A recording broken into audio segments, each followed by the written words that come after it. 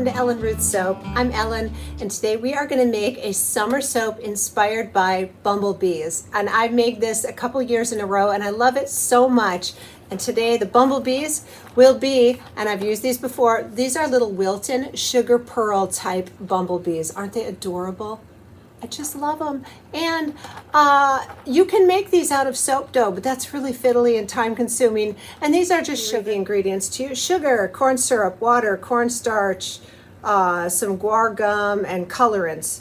So basically these are just gonna dissolve on the top of your soap anyway, and they're so cute. The work is done for me. I'm all into these. So Wilton sugar bees are the inspiration for my bumblebee soap, and then for the colors, I want this to be just hot, sultry summer day is what I'm thinking of. And so I'm going to be using my baby grasshopper green from Wholesale Supplies Plus, so cute, and my Sunday Fun Day. Those two together are going to swirl in the body, and then I will do some piping on top to make little flowers to pop my bumblebees down in. And I love this soap. Every time I make it, it makes me happy. I hope it makes you happy too. Let's talk about the fragrance I'm going to use today. I went over to my fragrance shelf and was looking at some of the florals, and nothing really spoke to me. So I picked this fragrance out, and it is a fruity fragrance, but it's very summery, and it's called Grapefruit Cocktail from Rouge Canada. And I've said this before, I love Rouge Canada's labels. They give you all the pertinent information on here, including the percentage for soap, 2 to 6% for soap. And then it gives you the scent notes on here too. Let's see. Top notes of grapefruit, lime, blackberry, middle notes of rose, peony, and pineapple. So there's a little floral in here. And bottom notes of ginger and honey. This is a fabulous, it's a good scent. And it has vanillin free, 0% vanillin, so I'm not gonna expect this to discolor my soap, which is why I chose it. Smells fabulous, and I hope it doesn't discolor because those colors are beautiful and I really want them to pop. So there it is. We're going to do piping on top, swirly in the middle. You know how I like it. I kind of have a groove with some of these. We talked about the fragrance, the colors, the bumblebees. I think that's it. I need to get everything pulled together, and let's come back and make some summer-inspired, bumblebee-inspired soap today. All right, we are back, and I have a lot of the prep work done. One of the reasons why I'm going to give you a heads up, I have a thunderstorm going on right now where I'm at in Middle Tennessee, and my power has been flashing out. And so while I was prepping the ingredients, the overhead lights kept going off, and I looked at the Doppler radar. It looks like it's clearing up, so I'm going to go ahead and film this. But if the power cuts out, we're just going to keep going. Once you mix the lye in here, there's no stopping. Let me tell you what I've got going on here real quick. Here is my soap recipe today. It's a little different from any recipe I've used. I have some bits and ends of oils left over. Palm kernel oil is some oil that I have left over that I want to use up. I don't like to waste. So this has lard, palm kernel oil, coconut oil, cocoa butter, castor, and sunflower oil. And here is the sunflower oil I'm using today. This is an organic, high oleic sunflower oil, and the high oleic is going to be your friend in soap making. That is going to reduce your risk of DOS, dreaded orange spots. I found this at Costco. This big gallon jug costs under $14. It was like $13.90 or something. The equivalent size of this in olive oil is anywhere from $40 to $50 for the cheap stuff. So this was a really good deal. I'm super excited to use that. So that's what's in here. The measurements and the full recipe is written down in the description box below. So go check that out. And I will show you, here is my lye solution, and it is this dark color. Kind of looks like a dark beer, but it's not. It's got honey in it, and this is the honey that I'm using in here. I put 1 tablespoon of honey in my lye solution for this size batch. Normally I melt my honey in the oils and mix it in here. Last time I made a honey soap, I got spots, honey spots, and one of you guys, I read all the comments, and I appreciate you all so much. Somebody's like, put it in your lye water. I'm like, you're brilliant. Whoever said that, you're brilliant. So instead of my cane sugar, I measured out my water. I put my tablespoon of honey in here. This is a raw, unfiltered wild honey, but it's that beautiful dark color. Dissolved the honey in the water. Then I added my silk and my sodium hydroxide. So that is why my lye water is so dark. I'm really hoping it doesn't darken the soap up too much. I might add a little titanium dioxide to my uncolored portion if it's looking really dark, but we won't know till we get there. This is my Wilton 1A star tip that I'm going to use to make my little flowers on top for my honeybees. I've got them all unwrapped and ready to go off to the side. So that is all the prep work I got done. Well, the lights were flashing on and off. I'm really praying the power stays on here for us. Only time will tell. All that being said, let's get to mixing. I already have the fragrance in here in the oils. All right, and before we get going, we're going to add a few additives in here. I want to add my kaolin clay and my oats. Let me go grab those. Here we go. I'm going to do probably about 2 teaspoons of kaolin clay and about the same in the colloidal oats, because I think oats and honey sound like they go together really well.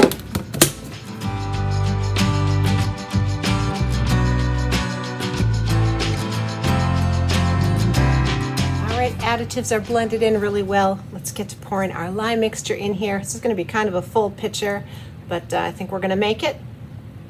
Let's get to this soap. Yeah, it's a full one. There's still plenty of room to stir though. We're going to be okay.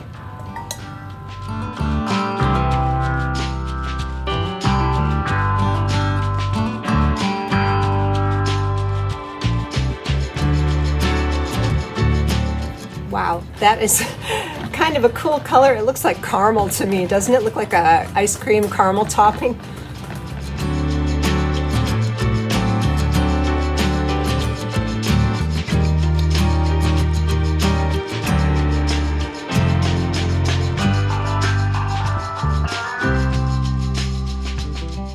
All right, I am going to add a little of my pre-mixed titanium dioxide in here to lighten it up a little.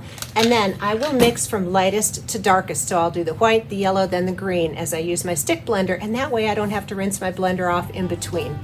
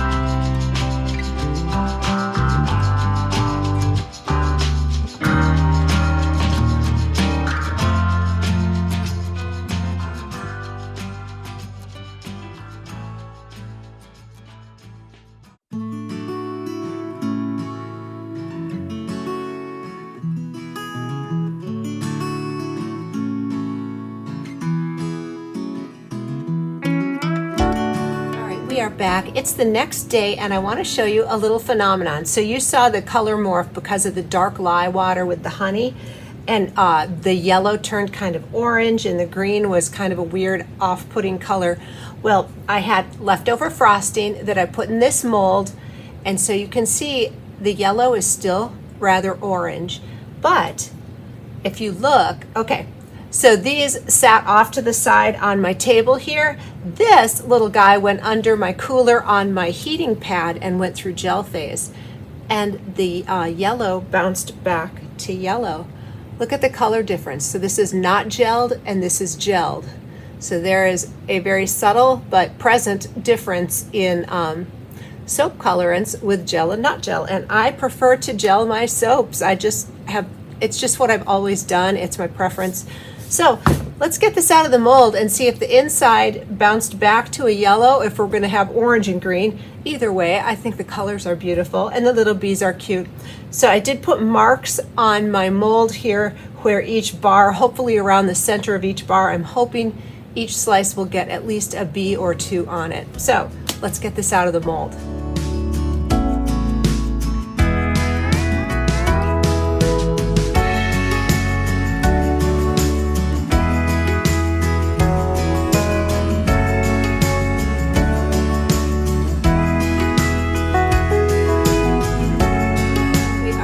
With Olga, and I'm going to try and get these little bumblebees lined up here so I don't lop any of them off. So even when I mark my molds, sometimes I am still lining up challenged. But, all right, let's give it a try. Oh, I'm definitely hitting one there. Yeah, I'm hitting some bees. Okay, you know what? I'm going to back out and let's get my single bar cutter because I don't want to lop these little bees off. I'll be right back. We're back with my little single bar cutter. I got this years and years ago from Bud's Workshop on Etsy, but you can find similar ones on Amazon. I'll leave a link down below. And it has a little adjustable block here so you can cut your bars even widths. I just back, so you just loosen the nut and you can slide this to whatever width you want. But I'm just backing this out of the way and I'm gonna let my little bees be the guide on here. All right, so let's put it up here and see. So apparently I didn't mark the little bar width. I marked towards the center of each bar. Apparently that wasn't accurate, so that's okay. I just don't wanna lop anybody off here. Let's go for it. There we go. First set of bees is good. And oh my goodness. Pretty. It's yellow. So again, let me pull over. This is not gelled. This is gelled. That's the difference. It's kind of a big difference. And these colors might lighten up a little bit, but yeah. So color is one of the reasons why I like to gel, and I am so happy. Oh my goodness, and these smell great, absolutely great. If you have never checked out Marouge Canada, go give them a look-see. Really quality stuff. I love their products. This video is not sponsored, although they did gift me the fragrances to play with, which I'm delighted with. But go give them a look, and I have a discount code for them, so check it out. Plug for them. Let's get this next little bee cut, and I have, where I started the wire, I have a little ding in my bar here, but I think it's going to be fine. All right, we made it. Another set of bees. Oh, that's Swirl, you guys. The other thing about this fragrance is it was pretty slow moving. Again, the recipe with the lard and the sunflower oil is also a slow moving recipe. So yeah, I waited a while to pour it. I mixed and I fast forwarded through that, blended, and then waited a little bit, put it in the mold, and then I had to wait another hour to get the piping in the bag. And then I waited, well, no, that was about 30 minutes. And then I waited at least another hour after that before I could pipe. But it behaved beautifully. The fragrance behaved beautifully. I'm so happy. And I'm glad I added a little titanium dioxide because it looks like the colors are bouncing back, like that that dark honey isn't going to darken, you know, the colors up too much. They really seem to bounce back. But I am glad that I went ahead and added the TD into the uncolored portion so that it would pop. I really, you know, those swirls are so delicate and beautiful. Definitely want those to come through. And I think the TD really helped with that. But look at the colors. I mean, I think they look really good. They didn't brown up. So maybe, gosh, maybe I should have left it and just seen what the natural color was, but I didn't. And I'm still really happy. These swirls, hello, beautiful. So at the time of filming this, we are just coming into August right now. This video will come out, it'll probably be the end of August. And I should be technically already making my fall soaps, but they will be coming. But I just had to do another summer soap. You know, these bumblebees just get me every year. I'm like, I gotta do a bumblebee soap. I love bumblebees. My grandkids don't love them. Actually, it's wood bees. We get wood bees on our deck and they freak my grandkids out because they they're like, well, they're not really intelligent and they will like bump into you. They don't sting you, but they're, you know, they scare my grandkids. But I love bees and, you know, they're necessary. We need bees. They are good for our plants and our crops and everything. So I'm loving it. And with the honey in here, these are gonna lather dreamy. Trust me, it's good. Honey makes a beautiful bar of soap. Other thing to note with honey is I did say that I put this on the heating pad and I walked away, but I came back an hour later to check on it and I just turned the heating pad off. So it built up a little bit of you know, ambient heat around it. I put a cooler on top and I turned it off because honey can make your soap really hot and you can overheat. So I was very cautious with my heating pad so that these wouldn't overheat, and I'm glad I turned it off when I did. I still got a good gel phase, but that is something to note. If you are soaping with honey and you haven't before and you're not used to it, that soap can get really hot going through gel. Well, here's one. You can see my little slice from the other cutter there. I don't think it's a big deal. We're gonna just call it good. All right, and these are about 1-inch bars. Oh gosh, so cute. So who's ready for fall? Who's ready for all the pumpkin, everything, harvesty? I mean, I love fall. It is probably my favorite season just across the board. I grew up in Wisconsin. I now live in Tennessee, and I think fall is gorgeous in so many different areas. I look forward to fall every year. Sweater weather, all the good stuff, you know. Time to be cozy, drink a cup of tea by the fireplace, all that. I love it. I love summer. I like all the seasons, I've got to be honest. When we moved down south here to Tennessee, I was really delighted to find out that they have a solid 4 seasons. Now the summer is a little long, and it's very humid and hot, but you definitely get your 4 seasons, and I love that. All right, we are almost to our last bar here. I wonder if this mold would do soapy patterns. Let's see if we can get a pattern here. I haven't done soapy patterns since I've been doing my single mold. It's not quite the same as in a loaf mold, but it's still really fun.